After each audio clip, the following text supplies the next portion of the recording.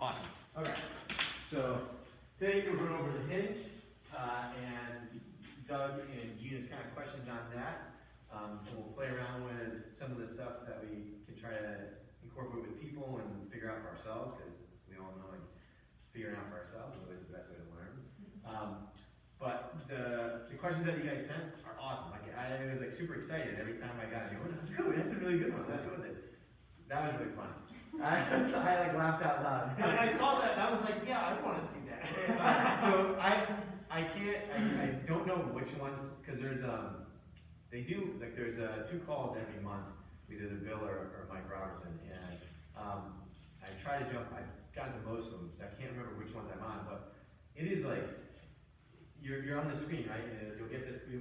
So I have this question, and one of the ones I asked was mostly for like swimmer athletes with like a narrow ISA and stuff like that. And all he's like, well, so what do you think you should do? And I'm like, I don't know, so I'm asking you. Right? And you just kind of sit there. Well, see, I would be afraid to ask him a question because I'd be afraid to get him to and it's like dead silence, and you're just kind of sitting there, and you're like, I guess I should do this. And he's like, well, why would you do that? And he makes you like think through it. And then there's moments where I'm just like, listen, I have no idea what the hell's going on, so like I need you to help do it. And then someone else might chime in or do something. And what's crazy is almost always right after you hear it, you're kind of like, oh shit, I kind of knew what it was. Yeah. I just need someone to kind of put the pieces together in front of me so I can see it. It is like, you know, it's like, do you understand? But yeah. Like there's no chance you're gonna rewind this again time. It is 100% how that works. Which at the same time is like, I think too, if information is presented so easily, you don't necessarily retain it as well because you haven't kind of thought through where it applies to you or the situations you do, and it kind of doesn't. It kind of goes in and then it's gone. Whereas if like we sit here and we deconstruct it and we apply it to something that is meaningful to us, all of a sudden you're like, oh yeah, that's now ingrained in my brain. And you have to watch it more too. His verbiage, like my brain just doesn't. I can't. Like, I have to re-listen to it over and over. I'm like, I know what these words mean, but how quickly he's using them. It's the speed too. Yeah. 100% correct. The most challenging piece is and this is something that you'll like you hear if you hear him talk enough. Everything that we listen to is based on different kind of groups' verbiage of how they interpret stuff, and what he does is has taken all that stuff and then put it within like one model, but it doesn't mean the same thing as to like some of what other things they're talking about. So you get confused, and then you're like, all right, well, I get kind of what you're talking about, but it doesn't make sense in my head as the picture I'm thinking of. And then he's on to the next topic. You're like, crap, I didn't even like get that last sentence that you went to. That's why I asked about the biases, because he uses that as like something I should know. Yeah. And I'm like, I don't know the perceived biases, and if you see So something. we're going to go over a little bit of that today. So we're going to start with the Hinge and stuff like that. I found a good Zach Couples video that I think gives us a good visual. Hey, speaking of that, did you give it a try? So again, I know. Listen, I was just impressed. That stuff drives me bananas. You got his haircut. You look at He drives me bananas, but his information is good. It's usually easier to understand. It's easier to understand. Yeah. Well, see, that's the thing. I can listen to Zach Couples. I can listen to Connor Harris. When it's Bill, I have to be like, have had my first cup of coffee, have nothing else going on, and stare at it and go, okay, and then slow it down to half speed and go, okay, yeah, I get it now. So, just another side. So this morning, while I was going through all this stuff, I had LT with me, and I have a picture of him, and both of us are watching a Zoom call, and no joke, 10 minutes into it, he's asleep. Like he was just conked out, sitting up almost straight up, watching the Zoom call. So, it's not just you thing. Awesome question. Let's dive into this. Hinging. What is a hinge? Well, I'm glad you asked. Hinging is going to involve posterior displacement of the pelvis, or more horizontal displacement of the pelvis. Whereas with squat, there is more vertical displacement of the pelvis. So that's a squat. A hinge is more horizontal displacement. And there's obviously relative degrees of each. With that in mind, what are the mechanics that are occurring at the pelvis when I horizontally displace my pelvis. What's going to happen, if done without compensatory mechanics, is sacral mutation. What mutation involves is the sacrum, this big bone, right, that meets the two pelvic bones together, is going to tip forward, just like my hand tips forward. When that happens, you can see the coccyx move backwards. From a pelvic floor perspective, what happens in this case is when I nutate the sacrum, the posterior pelvic floor is going to become more eccentric. It's going to be on stretch. The anterior pelvic floor is going to become more concentric. That has to happen because when I nutate the sacrum, the innominate have to rotate posteriorly, and the infrapubic angle, the IPA, my favorite one to drink, opens up. That opening up of the infrapubic angle is associated with some degree of concentric contraction of the anterior pelvic floor because the muscles there also co-contract with the adductors. The adductors are what pull the infrapubic angle apart. The total sum of that motion, because there's more range of motion available at the sacrum than there is at the SI joint, the lumbosacral complex. We invented a new way to win.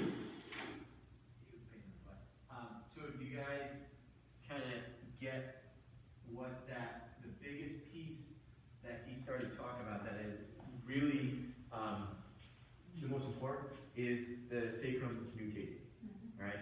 And what it's like once you kind of start to figure some of these things out, it kind of might go into Beth's question about if tissues aren't able to move or change shape or flexible, do we change, is it safe to train some of those tissues on the opposite end of the spectrum, like on the other side of it or not?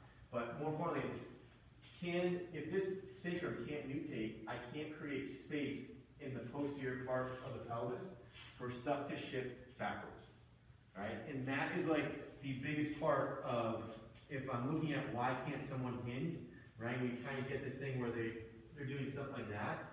More often than not, that is probably going to be the first thing that we need to take a look at. So if I can't get a sacrum to mutate and I can't get that space to open up, I will have zero chance of actually pushing things back into that space, which means I can't posterior shift, which means I can't then get this kind of like motion out of the hips. The other part to understand with that is, if it is compressed, right, and the anterior aspect is also compressed, is this person going to have really any range of motion in their hips? No, right? Like they can't go forward and back, they're stuck, right? And the other piece is, like, if I want to squat, I need the anterior pelvis to be able to expand, which is going to let us go down in front and forward. So you see these two kind of opposite ends of the spectrum of what you're trying to do with the pelvis and where things need to be able to move in order for stuff to move into. What we think of like sometimes is, oh, I need tissues to, to that point, like the biases and stuff like that. Like if I have an ER bias, it should mean I should be able to expand and move into a bunch of different spaces so that I can actually go through space. Like I can be moving through space. So the easiest way to think about it is like, all right, in order for me to contract and flex this elbow, I actually need to have a compression here and an expansion here so that there's fluid can move into this space, which allows me to actually bring the arm up. If I can't, so both these ends of like these tissues here are in a more concentric orientation, and I can't compress them any further, I then have any space to move into, I then can't go any further for range of motion. There was a good video actually, which I was going to send you guys out, that Bill put out today about the idea of having like the ER space and then the IR superimposed on top of it is like, you need to have that huge range in order for things to shift in and out of. And then when you do produce force, intra-rotation goes on top of it, and that's how you create force throughout the full range of motion. If I have a very small window of ER, I can still have a ton of IR in that range. It just means I won't be able to move very far, right? Or I won't be able to move very fast. And this is kind of in what we're talking about right now is, to hinge, I need this thing to be able to basically mutate and come up to create space back here for all these fluids, like guts and everything to kind of shift backwards, and then all of a sudden it's gonna allow me to then move the femurs and everything else with it. Any questions on that? Because that's really the biggest part of hinging in general. Good? Yeah. What's that? You have backward movement of your organs and stuff and a hinge movement? So you're like when you're breathing, right? The diaphragm descends, it's gonna push the gut down into the pelvic floor.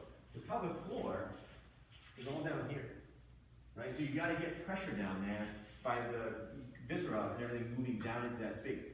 Now, mind you, this isn't like you're not like seeing this stuff like shifting like this all the time, but it's enough to shift fluids and volumes of material so that then you can create space someplace else.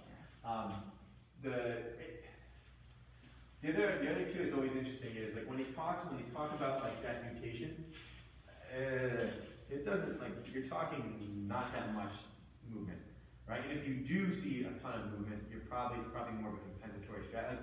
I think about people that have herniated discs in that space, like S5 to L5, S1. It's probably because that's really doing what he just did, and that thing's tilting really hard, and that's where they're actually getting more range of motion is actually through the disc than actually the other joints kind of doing what they're supposed to.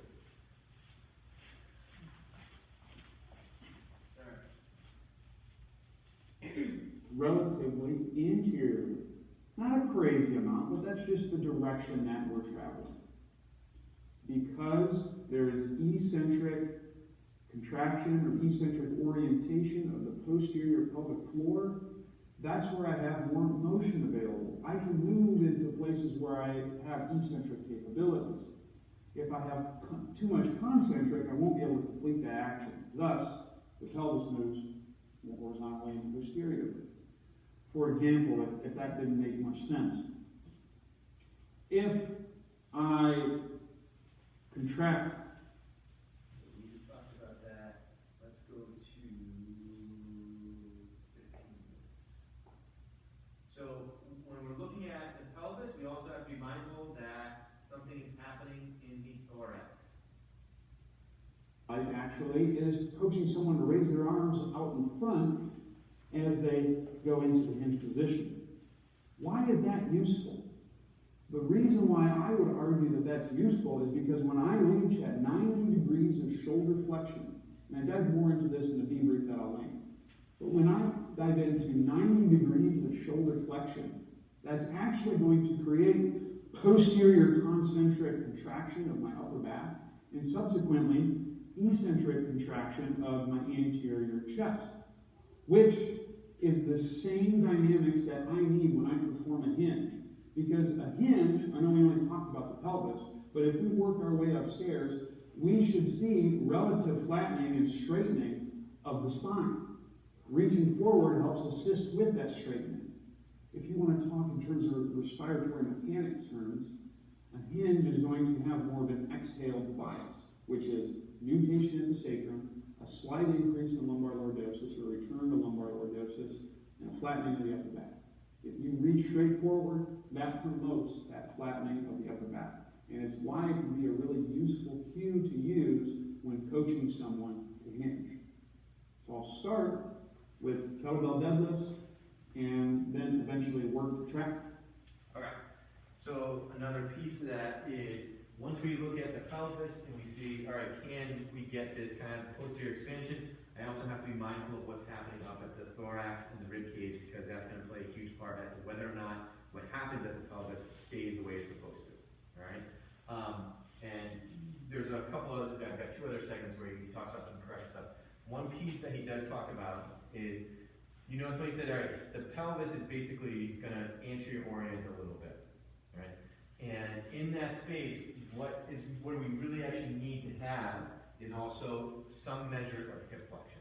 So when we're thinking about what are the main things that we're going to need in order to do a good hinge, the mechanics associated with it are interrotation, right? And interrotation is basically adduction, extension, like pronation. All those things are in that whole bias of IR. And then you heard him say an exhale bias, right? which is also, again, we have a mutated sacrum and a spine that has a little more lordotic, right? The next thing to consider is we need to have that ER field, mainly hip flexion, in order to be able to probably hinge correctly, right? So when you go to maybe correct things right off the bat, what typically might be the first thing to go after to restore is hip flexion, because that'll create enough ER window for us to move in and out of that space first, then we can probably restore IR, AD, extension, and pronation. What's up? That's just a question for later. Gotcha. Related to Alex, that was just making me think about something. Perfect. All right. So, in that sense, what typical, if we're going to assess somebody, we put them on the floor, right? And all of a sudden, like their hip flexion is like barely at 90. They have zero like internal rotation. They have like a little bit of ER, and let's say they're, what would be another good one to, maybe their active straight leg is like barely 45. Would we expect them to probably hinge?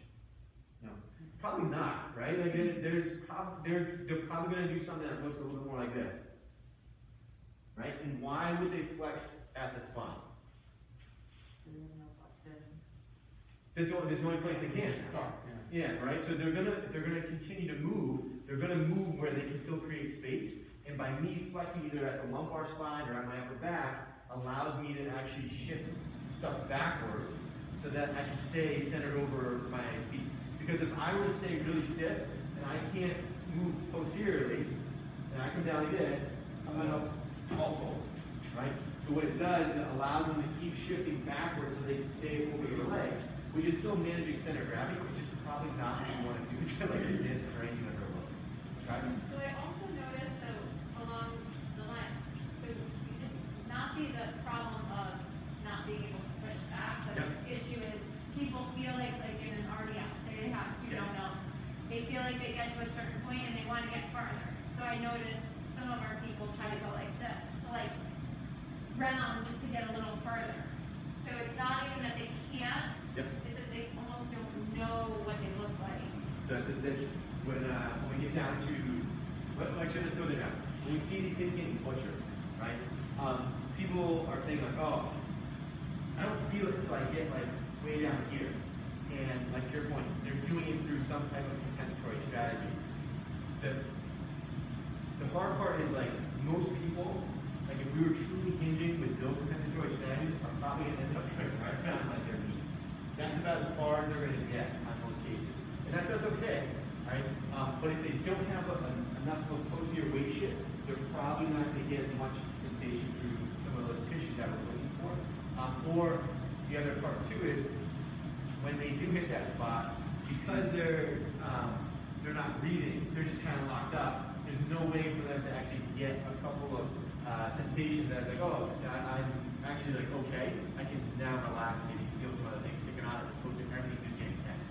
Which at some phase, like we're lifting heavy enough weight, that's what you're doing. You're literally compressing everything so it like slowly gets you to where you can basically expand and that's it, and then come back up, and that's what we're shooting for in most cases. I don't know if you guys have ever done like a 1 rep max thing. You're never like, oh man, I feel my like quad just doing all that work. It's kind of like, holy shit, I'm gonna hold on for dear life and go down and pop back up. That's kind of like where you need to be a little bit.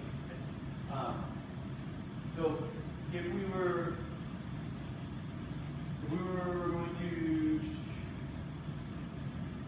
so Doug, what are you talking about the sway back? Okay, well, So so Mike, what's our next thing? with Alex, Yeah. you know, everything, I've actually got some good things that we're working on. Yeah. I don't know whether you want to talk about them specific now, or, because this isn't related to, it's like a side piece to that. So, because the thing is, if I have someone that basically, like we were talking about loss of hip flexion, it's kind of highly hard. Someone that is like a butt cheek puncher, right? Someone that's kind of like this. If I'm compressed on this side, what? Butt cheek play. Yep. Technical term. Gotcha. Yeah. So if I'm holding a pencil between my cheeks at all times, right? I can't expand posteriorly, right? My glutes are just constantly contracting in that space. So what happens is I have an anterior expansion, typically they probably should be okay with squatting, but even still, they're not gonna have a ton of range of motion because they can't let anything shift out the back at any point, right? So what's gonna typically happen is those are definitely gonna be kind of those kids that are like, right, look like that. What might be one way to make something like that look a little bit better if I need to create more space? Heel-wedge might work. Because the only thing though is if I'm still going straight in front of me, do I have space in front of me? Yeah, like I might be able to open this up and create more space that way. It's going to limit the range of motion, but all of a sudden they might be able to do something like that. And that's where sometimes if you've done like a class and you're like, oh, just get your stance a little wider, all of a sudden it just looks better. That's because they finally found the space for them to actually occupy that they can go into and then put internal rotation back on top of it. So the more I get out here, it's going to be easier to put IR back onto the ER, and I'm within a range that I can actually like manage. As opposed to here, man, I've got to have a lot of stuff going on to allow me to do this without anything else happening as part of it. Right? So that's when we're looking at like the posterior pelvic floor, expanding the people kind of that do this, maybe someone that's got an active straight leg raise that's really limited. Those are all things that are telling you this stuff is really kind of cinched up, and no matter what, if I push them back, it's not going to yield at all, and they're going to hit a wall, and then they're going to have to do it some other way. So, you know, how would we potentially go into maybe change that? Any thoughts as to like what we would do to get someone more posterior expansion? Without using a hinge, because like normally you'd be like, oh, if I want to posterior expand somebody, I can put him in like an SLDL position and kind of get that, and then that might give it. But let's say they can't even get to that, what would potentially be the next solution for them to try?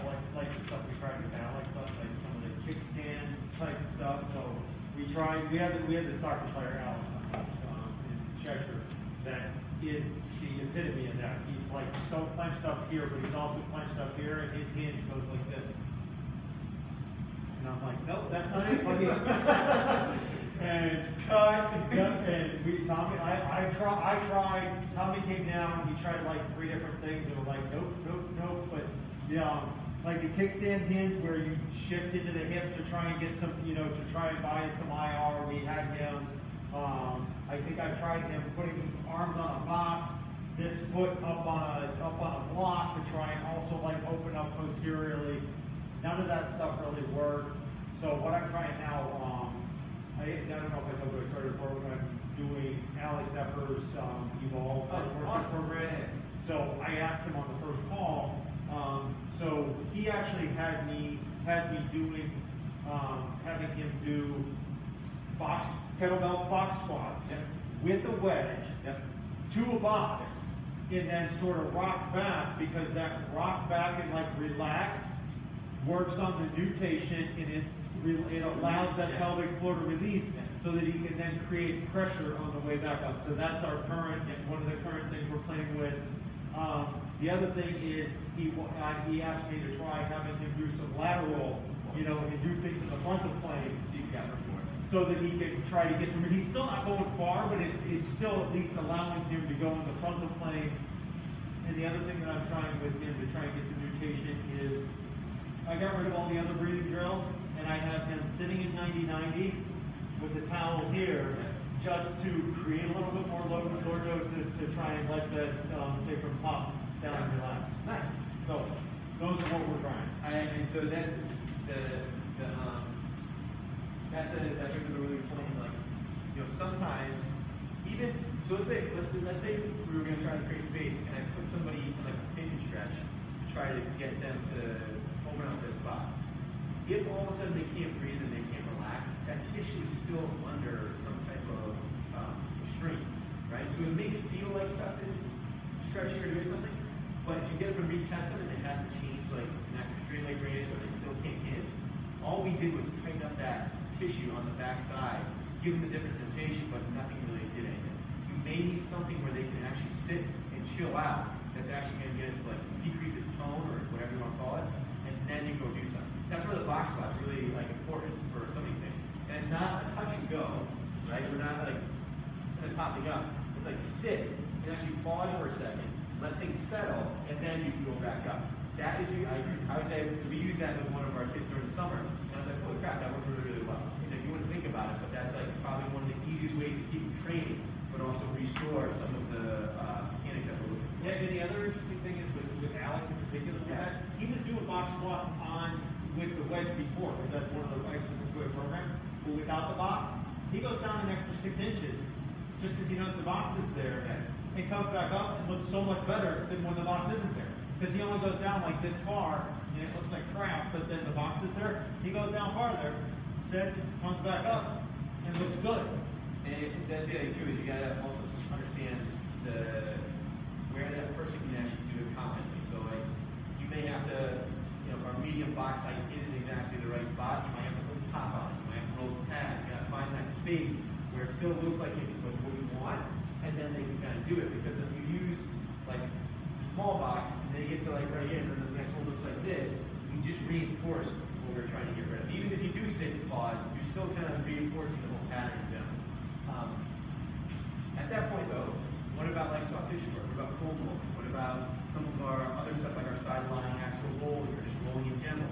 All those things become hugely important in terms of like, all right, if I can get some of these things to relax, I might then be able to let the concentric orientation on the backside start to shift so that I can actually get it to move and do something differently to train. When we're looking at the same idea of some of these people that kind of go right, and they're like really arching their back. That's another case, again, it's another compensatory strategy in terms of producing force into the ground, right? So I've now got a rib cage it almost makes you think of like Annie is like a really good example of this. Does she have good deflection? No, right? And like, even though you may look at somebody and they're like, they look pretty good from the side profile, if their first kind of way to go down is like, right off the bat, you should know, all right, this is going to have some kind of quad, right? And I probably need to make an adjustment.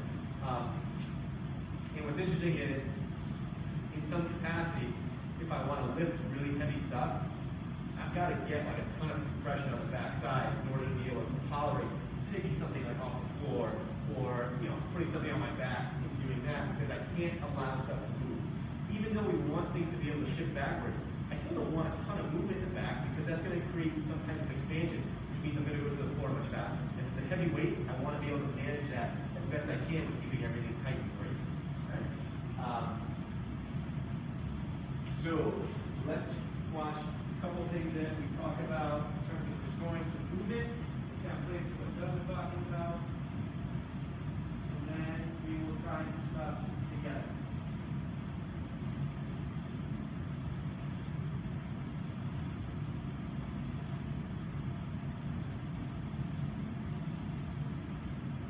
At the spine, meaning they actually should be really good at hinging.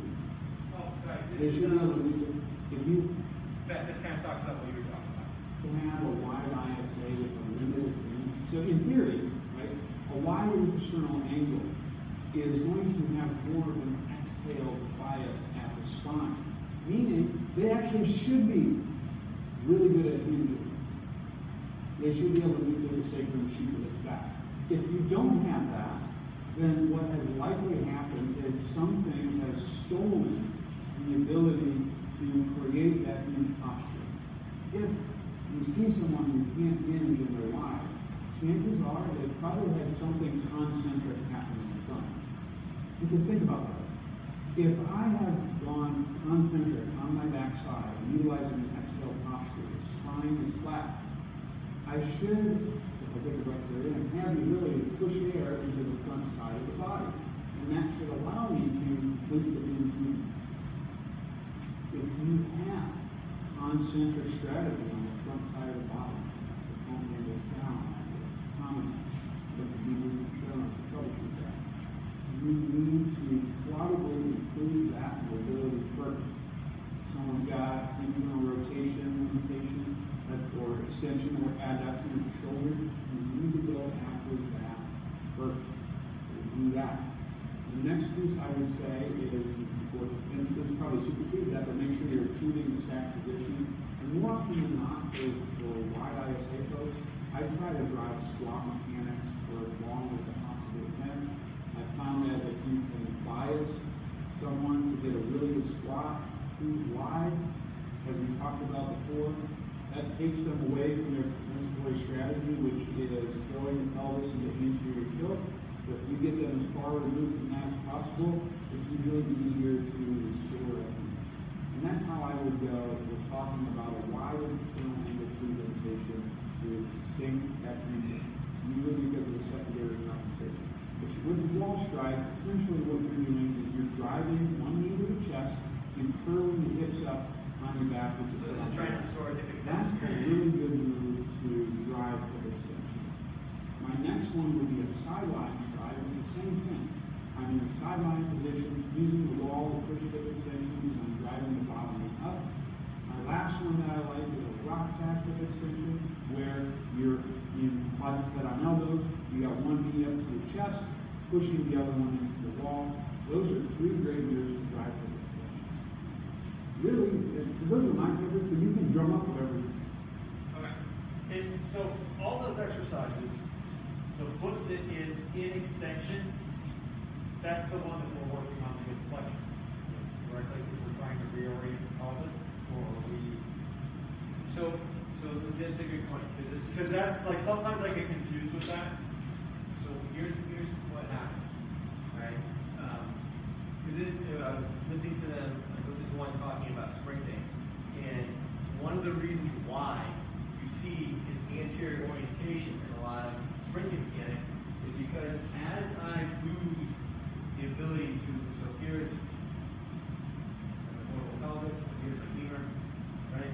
As I lose the ability to extend my leg back, if I, so like, just here to look at it.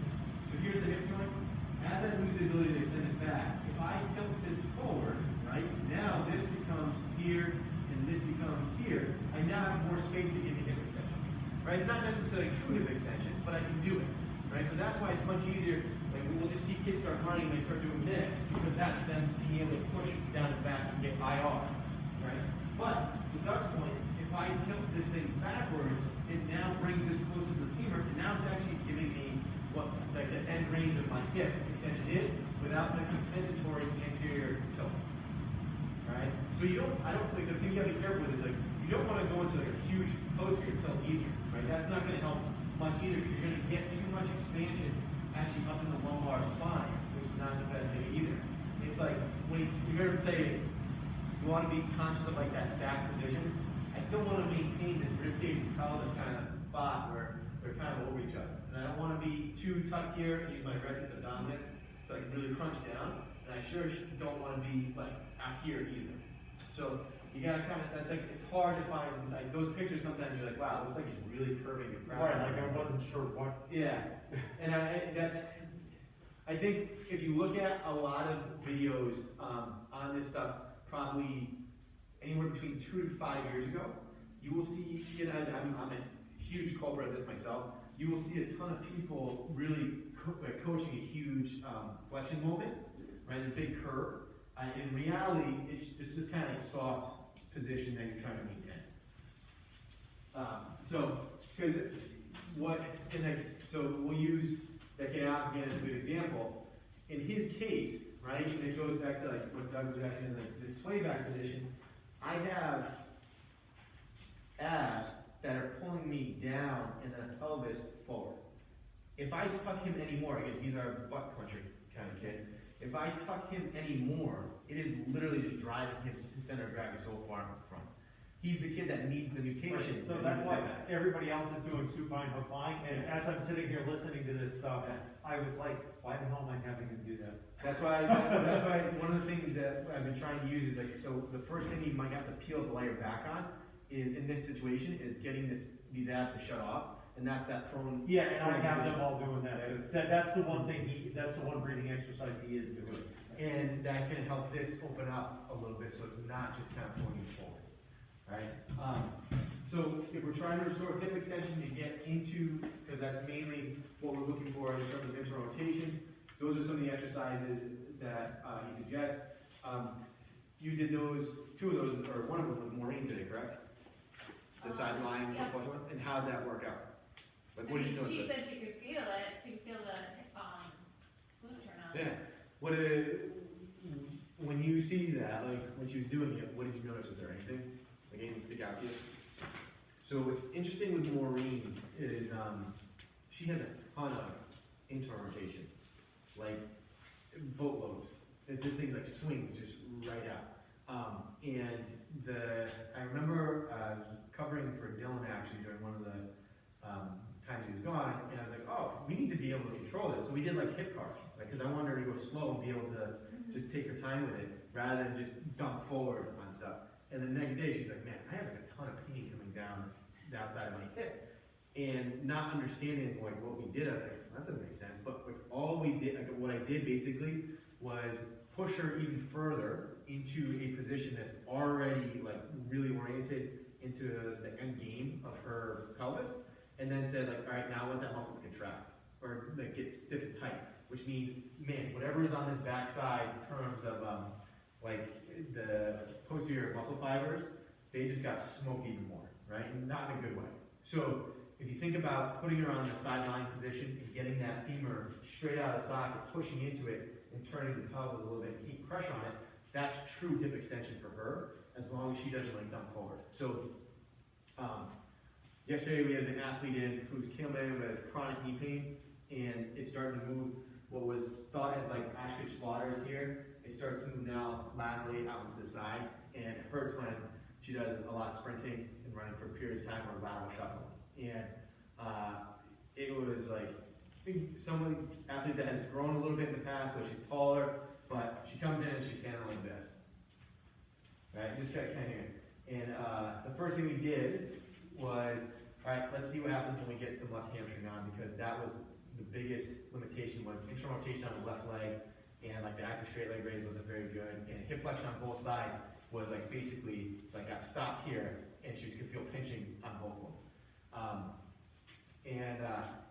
Came off of it, she felt her left hamstring, felt a little bit different, but then still was getting some right knee stuff when we had her run on the woodway. Then we went into a standing cross connect, just holding this, and immediately you could see what was happening, because I would say, all right, let me see you get tall, and she would go. And then you say, all right, let me like bring your like give me an exhale and just kind of soften, and she was still like, so like everything was moving up here, and she was shifting her center of gravity back and forth. So then we gave her a rope chop. I put her foot on a box, and she did this and kind of found her position, got tall, and you can see all of a sudden her, like, she lined up everything. It was holding that, and she was like, yeah, my legs working pretty hard, just holding me in that spot. She came and ran, and she's like, oh, that felt really, really good. So we did that like 3 or 4 more times. Every time she got off, she's like, no, I feel really good. So then we did it where we actually pulled the rope up, so it was more of an IR bias instead of an ER, and kind of pushed her down into the floor, and she could hold herself up. And she's like, oh, no, that felt really good too. But what you're looking at is her figuring out how to stack the ribs over the pelvis on a femur that's giving her true hip extension in this position, as opposed to her compensatory strategy, which was either like doing something like that, right, or actually leaning forward. She was actually doing something like this right off the bat every time she went to put force down. So a lot of times you have to shift stuff backwards and get that space first, which what he was showing in that video in terms of like kind of a little bit of a tuck almost, is getting things to move backwards so then you can find true hip extension and then stack stuff on top of it. And, you know, he said start on the floor because most people can't manage gravity that well. She was a young athlete, it worked pretty quickly. What I sent her home with was actually the prone cross connect one and a one on the wall to start. So those are the types of things that we might also look at right off the bat in terms of, it's not so much of, all right, I need to push them forward or back. I might need to first just let them figure out how to stack stuff accordingly and feel what that's like, and then all of a sudden everything kind of returns towards like a more neutral spot, I guess you could say, and then you might be able to move too. Now, your first example was a woman with a loose leg with Yeah. a prior. Yep. So we And were, hip bars? so we were doing stuff like this. When you said you torch them, was that a torch in a good way, as in No. like, okay? That. Right, Not so, something where like you realize the muscle he wasn't really using it, but you should have been? Okay. so what is most likely the case is she has a ton of internal rotation because this is so far forward, it's created a ton of space on the front side, right? So as I've done this, there's just more room here, right? And as we brought her into this position on the floor and did these things, I'm still, all the muscles on the back end are now kind of internal rotators. They are no longer like able to hold her in like an ER position at all. So we just basically, like, in most cases where someone like our butt clencher person, where we definitely want to do that, we definitely did not want to do that with her. She's already too far in that spot. We needed stuff that bring her actually kind of back into an ER position, get the pelvis to come back underneath her and stuff like that. So yeah, it wasn't like when I say torch, it was like achy, painful, like, oh man, I can't even step on that. Not like, oh, that muscle's working, I feel like I did something to it. Right. Alright, so I'm going to show one more video, and then we'll play with. So this is, I don't know if you guys know who Dan John is. He was a guy who, back in the early to mid 2000s, became very popular, writing for Teen Nation. His articles and stuff are very simple. They're like really easy to understand, and he's a good coach in that sense. I wouldn't say I use his stuff really anymore because it's more geared towards just like the basics of stuff. So if you had an athlete that never worked out before, you can take one of his programs and it's like, you know, hang, clean, squat, and do a lot of kettlebell stuff, and they're all really good things. The only thing is like it doesn't work for everybody, and you'll see kind of just in terms of like coaching what. Sometimes you'll hear people say like, well, it's how you sit down in a chair or sit down in a toilet. But the problem is, those are targeted for down. And the truth is, the target we want for the hinge is butt back. Boy, I tell you, I say butt back at CERTs. I've got people who've been involved 20, 30 years in fitness. And yet when you say butt back, they still hear butt down. So the simple way I use it to teach first, and this is a wall, this works best on walls, but for now we're going to use this post here in the gym. So you stand tall next to a wall or a post, and you push your butt back into it. Oh, okay. Then move a little bit ahead. Push your butt back. Now, you'll notice I'm not falling into it, I'm pushing into it. By the way, it does help, I think, to use your hands to help you do it. Move ahead a few more centimeters and just butt back. Ahead again. Butt back. Not butt down. Butt back. A few more inches ahead. Just looking at his structure, would you say he is wide, I would say, or narrow? Wide. He's got that anterior toe. Yeah. It's got like a butt belly. Yeah, right. So like he is. So this is one of the reasons why there's there's good programming advice. Not that this is anything against him or anything like that, but he's also had like hip replacements and stuff like that because of the way he trains, right? So in some cases, it's a really good starting point. It doesn't mean it's right for everybody. And you can already see just in his own position what he's biased towards is this really anterior, like rotated, like oriented position, and he's going to be pretty good at hinging. Could we take that with maybe this kid Alex? Probably not, right? No, because I've already tried that. Because Yeah. I'm like butt towards the wall, butt towards the wall. Okay. Yeah, right. And It just doesn't work. That's the part that they're kind of just. But there's a good cue in here too. Stand tall, by the way, it's not a bad idea here to practice the vertical plank. I take my hands and I'm squeezing them together so that my ab wall engages, my butt engages, and now butt back. okay, I'm too far away now. Do you see what I did from here to here? I hinged. The reason I left out is that I like the idea sometimes of what he's talking about. So like, again, Annie's a good example of this, of creating some type of compression on the front side. I can do that by pushing one hand up, pushing the other hand down. It teaches someone how to brace, right? And that's, in some capacity, we want them to get an idea of like, all right, I don't want to just let everything kind of sag forward to try to get to that position. But you can just see like some of those like external cues of using a wall or something to give someone to shoot for is also really helpful. And he uses the same stuff like, yeah, I need stuff to move behind me. I can't be going down if I'm trying to teach a good shoot hinge position. Okay? All right, so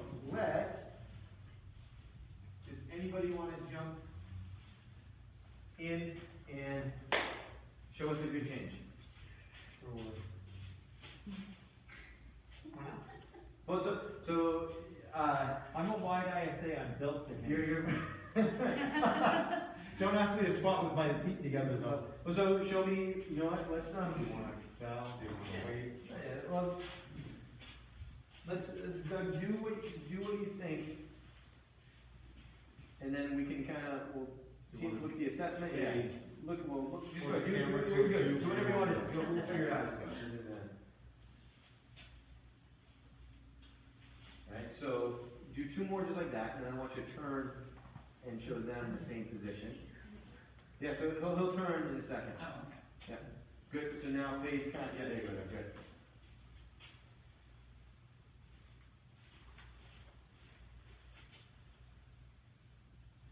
Last one, Doug. Good. All right, put it down. All right, so what did you guys notice? His hips don't shift back like as much as I think they should. Yep. A good thing to look at. Did we see a big crease here? So when you're watching someone hinge, you see how you can see the crease in my hands right there, as opposed to, you see the difference in that? All right. And even if I bend my knees a little bit, but I get it from like that, does that crease? Does that look as good? No. No, right? Like it almost like you can see daylight almost through that, right? And again, that's a good indication that we're no longer shifting backwards, we're falling forwards. Yeah, I feel like he was doing good, and then like writing up how this, then I, Correct. just right again. So this is a good example of should you be going that low? What? No, I don't, because that's not usually how. Right. So and it's hard. Like, did it feel different? Or did it feel okay the whole time? But I can't. It hurt because I haven't warmed up yet. I'm old. So imagine you can get the heavy one. So let's lie on the ground. Just on your back doesn't matter. We're gonna just do some quick leg stuff and see where we're at. All right. So you take Doug, who's not warmed up. Right about there is where it starts to feel like things are gonna start to move a little bit all over the place. Right? If I push it further, what do you feel? Like tighten a little back and just it's like you're pushing my whole body this way as opposed to. All right, and then that's not too bad. As far as I actually have my arm now. And that's not too bad either. Right? But realistically, again, hip flexion is definitely limited.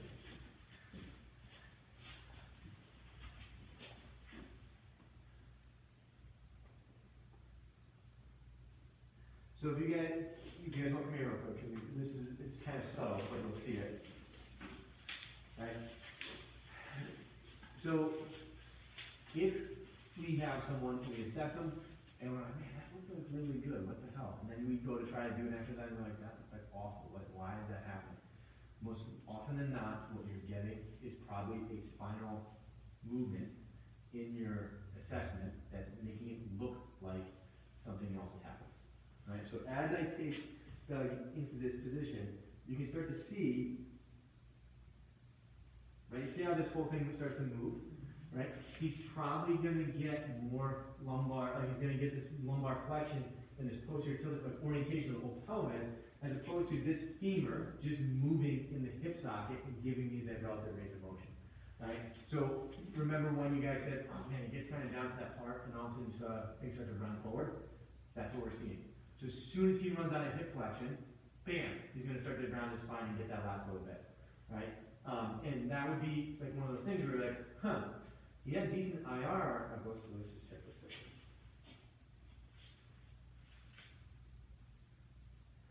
A little different on this side, Doug. Or worse. Yeah, we'll show it again. Yeah. So we got there. We got about there. And then if we bring them up, probably right about there. Now, let's look on this other side.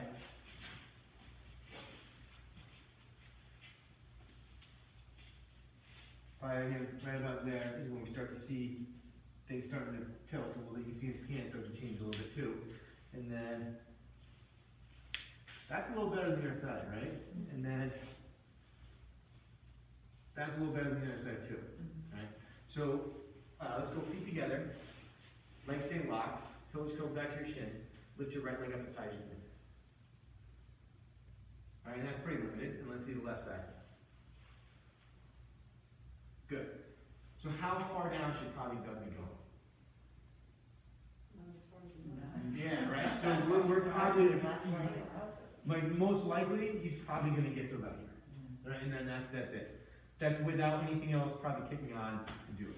And did you determine more by the straight leg lift you did there, because you didn't go very high? Is that how you decided he should only go that far? And you did the whole assessment, yeah. obviously, but. No, so like all those things kind of give us an indication of, all right, man, was I off with maybe my hip IR and ER measure?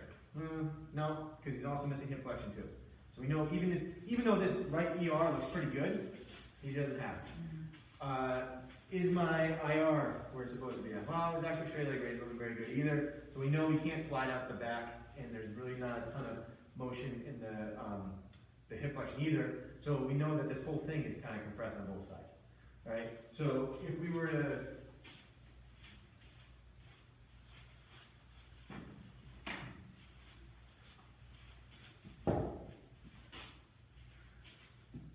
Doug, come over, and I just want you to kind of get in that position. And let's just take a look at it and see.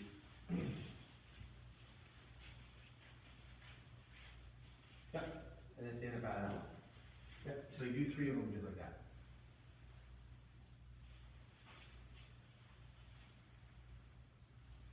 Awesome. Good. What do you think of those ones? Okay. What do you guys think of I those? don't know if I feel much different. They look better. Do you feel like you're working on? Oh, yeah. What did you like better about the second one than the first one? What do you mean, the original one? Or Yeah. This one? Yeah, like the first one that he did, where he went down further. Yeah. And then this one, what did you notice difference? His back stayed more level, because Yeah. before he was kind of popping out here. Yeah, So we better. Yeah, See, I felt like this was more squatty than Hinge. his hips actually moved back further on this Yeah. one, right? Because the first one, you got to about here, and then the only room you had was to go down and forward. Right. And it kind of pulled you forward. So you actually, what felt like you moving backwards was you going forwards, right? And on this one, he actually kind of hit that spot right about here, and then came back up. The only thing we saw was the pelvis shifting backwards. The torso wasn't collapsing forward or wasn't excessively coming up. We didn't really see too much translation at the tibia either. So it's not like he's squatting at all and dropping the knees forward. It was just a posterior shift and then coming back up, right? That's the... So when Yeah. somebody's hinge is squatty, it's not knee bend, it's knee forward that's the issue? So the knees have to go forward. Well, because I sort of think like if they have soft knees and they do this too much, regardless of whether it's this or this, that's too squatty. So think about the first thing that we saw in the Sacral video. If the pelvis is going down, you're turning it into some type of squat. Got it. Right. And here's the thing, though, that's why like trap bar deadlifting is probably our best variation if we're going to bilaterally load it, because it allows someone to play with what they have available to them, right? So like if we went to a straight bar and I have to get to here and then I have to get down, I probably don't have enough space behind me to get there. And here I can kind of get it and still maintain a pretty good upright torso. whether we're using more hamstring or quads, like who cares? They're in a way better position they can access, right? And more importantly, is if we can load them, and ultimately that's what we're trying to do, is create some type of force production, awesome, have that.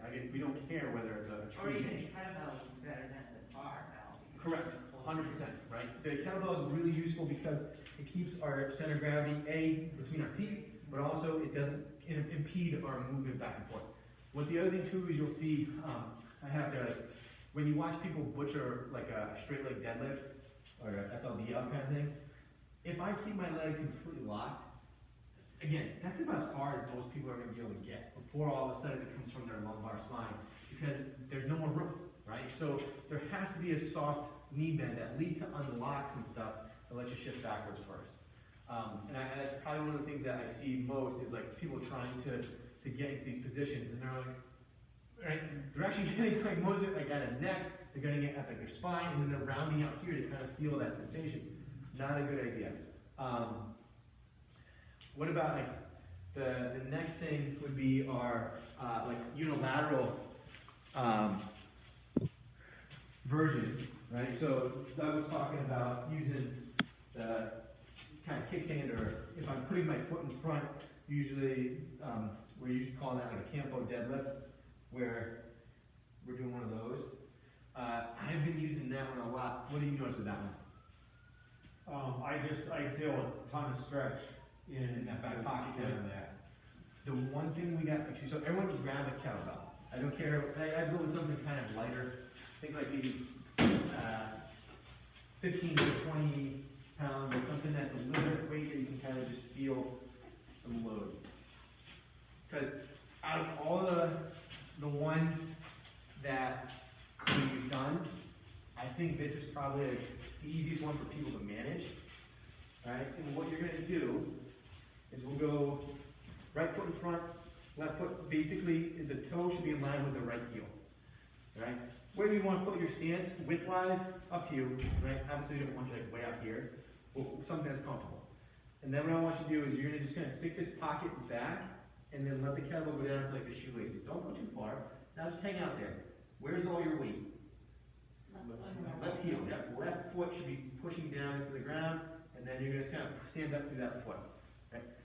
The thing that happens the most when people kind of butcher this is, watch this hip.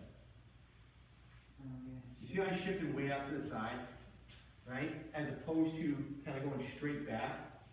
So think about going straight back and just feeling weight in that left foot, right? And hold it there for a second and get a couple breaths. So you're really feeling your right hand. So bring it for a little closer. Yeah, there you go, go for it. So let this leg soften, like let it bend. Like there shouldn't be any tension in that. This guy shouldn't be in. The other thing is, like, I have a client, And then come on, okay. Yeah. he gets in his foot, he goes, this hurts my low back, and I'm like, yeah, I guess.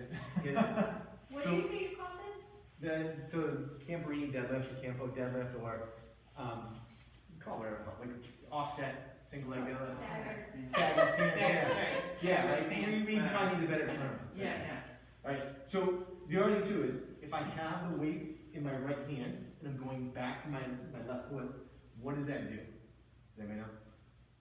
Like what would happen if I put it in my left hand and did the same thing? I don't feel like I'm doing as much, no. Why? I don't know. So, Because you're going to your legs. so remember, if I've got a weight in this hand, it's gonna drive me to the other side, right? So it's promoting interrotation onto my left side. When I've got it in my left hand, it's driving me to the other side. So it's promoting ER on that left leg. All right. So in some cases, right, I'm one of them.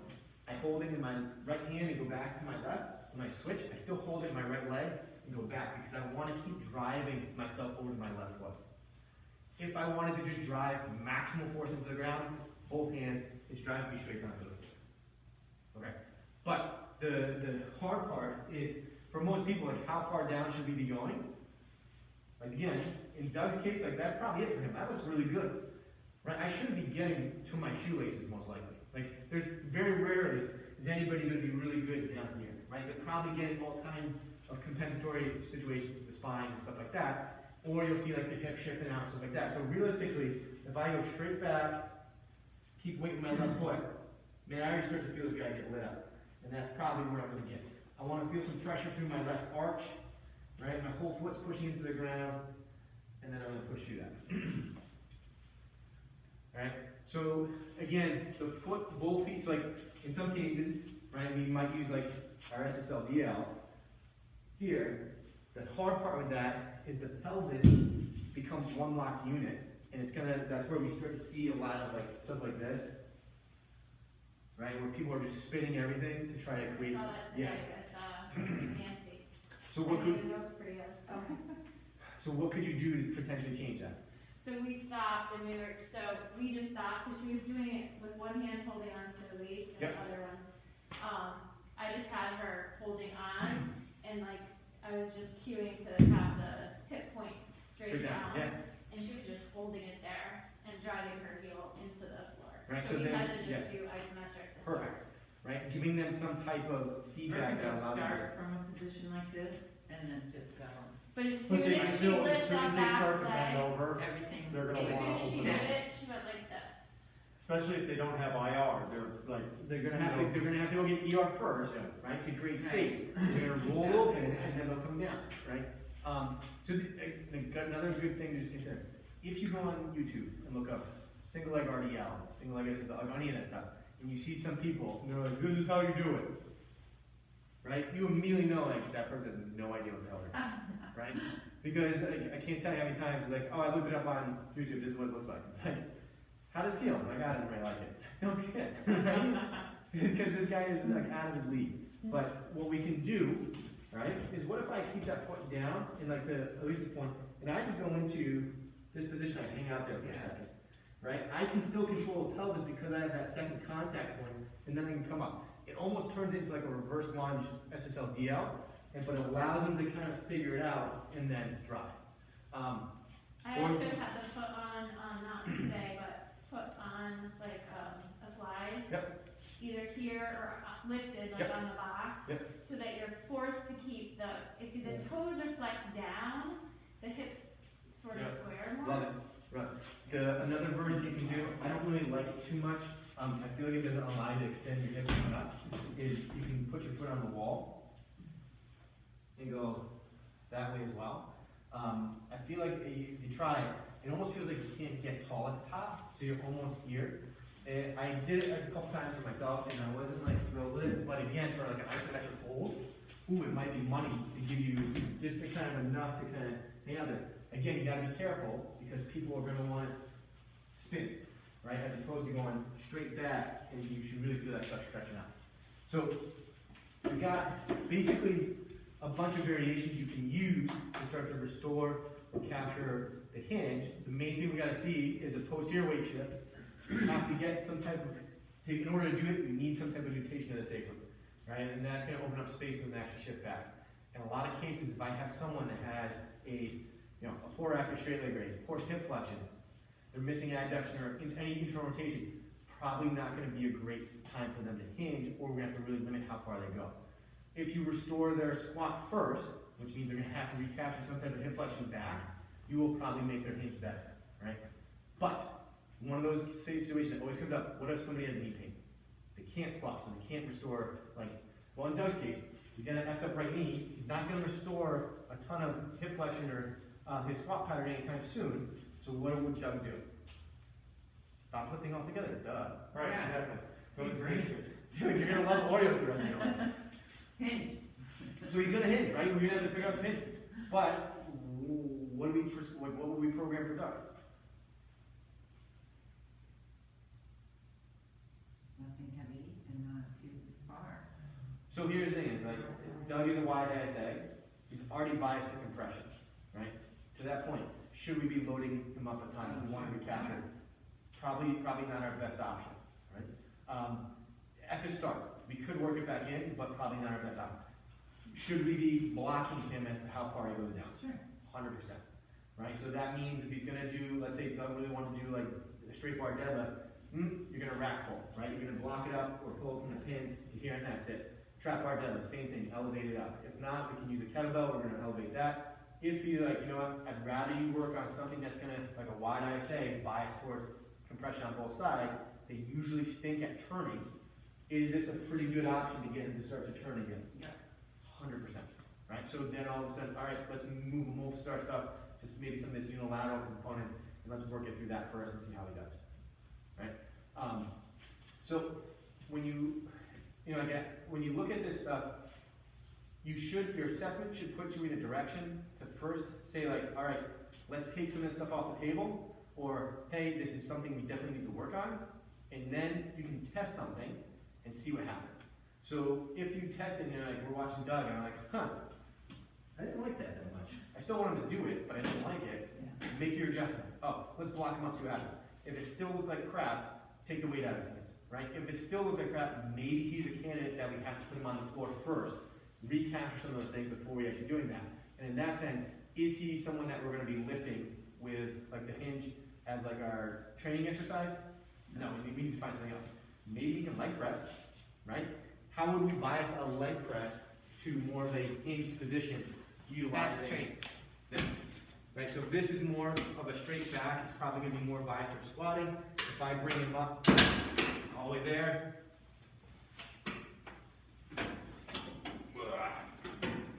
right? If I even bring his feet up even higher, you see I have a pretty vertical tibia and my hips are basically going backwards. Now I can pretty much use the leg press as a way to also bias him towards something we might want. So, a lot of options, a lot of stuff you can kind of tweak, but again, you have to test and see what happens and then come back at it and get rid of it. Any questions or thoughts? I'm sorry, I missed the first half. Yeah, you didn't miss much. Good thing you recorded. Yeah. I think out of all the stuff that we do, this exercise, with most people that we see, this kind of, I know some of your questions were all this stuff too. Is there like a typical archetype that we're going to see in our clients? Kind of, right? Are most people shoved forward? Right? Are most people kind of compressed on the backside, kind of getting pushed forward in like most cases? Yeah. Do we really have anybody that walks around? They're like so far back in some capacity somewhere that we're like, holy crap. Like, we have some kids that we actually need to give them some like shove forward, some compression on the backside and produce force. But for the most part, people that we see, they're already kind of either here or over to one side really hard. So one way to shift them backwards, again, if I give myself a little bit of a toe lift and I do this, that's moving space through there. And then all of a sudden, they can move the pelvis backwards a little bit, and it might give them some stuff back that they didn't have before. Do you still test the toe touch? All the time. Still? That's like, that's what's interesting is mostly what I'll test is I'll do the cable test, like the floor stuff, see what that tells me. That usually then goes like, all right, who was I telling? Who was I talking to the other day, Brad? The woman that I had, like she's got a knee issue, like needs a probably knee replacement, and we're doing all stuff, and her knee kept hurting, and then I realized it was because she was leaning back in her upper torso. I thought I talked to somebody, was I talking to you? You just said that. Yeah, it's like yesterday. So, real quick, this is like a perfect example. Her upper body assessment was like pretty good.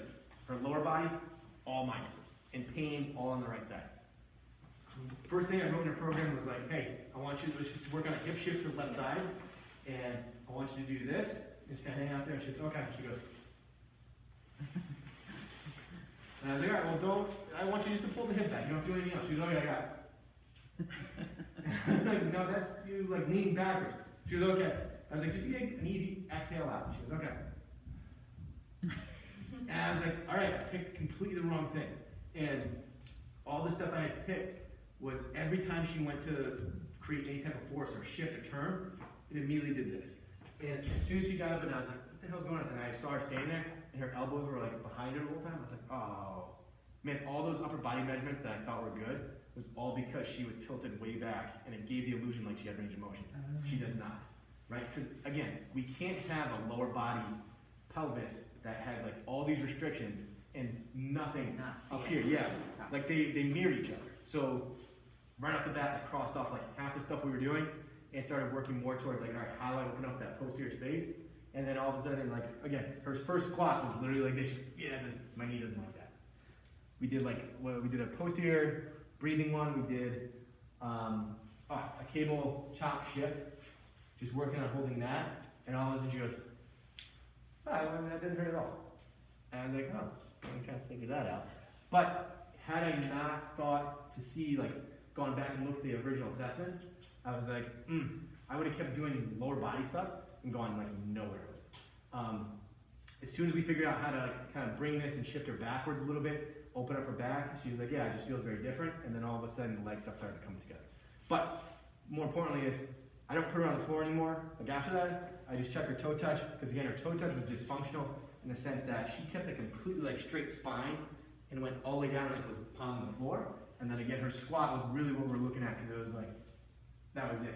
And then afterwards, she was getting down actually into a point with no pain. I was like, all right, that's our key indicator. So I always do like usually a toe touch if I don't like it, and I'm always testing a squat if I don't like that So either. if we're seeing somebody who's not getting to parallel or beyond in their squat, Yep. what is your first thing is stand back here? I don't have it wrong. Do that. I don't know. It could be a heel lift, Yeah. right? That might be the quickest thing to change it. So like, Paul was gone for a while, came back, like his squat is not what it used to be, and I haven't actually retested him, but his squat was at least parallel and got better than Yeah. that. And now it's like, I don't know, like there. And even with the heel lift. So we started just doing isometric in between, Yep. and like 2 exercises before we're gonna squat, just so he can kind of warm up. But I didn't know if there was something else So this is where you would. I just noticed this yesterday morning. So there's a couple things to try, right? Simple stuff, right? You try the heel wedge, didn't change it. You try maybe a box squat, kind of like what Doug did. Get him to actually sit and relax. Yeah. And all of a sudden you might be able to, because what you're looking at is basically someone that has tissues that are just stiffening up, so there's no space for them to sink down into. So something has to relax. Yeah. You may get that from breathing, right? If I can get a full inhale and exhale, they're like, and they're just like, oh yeah, this is easier.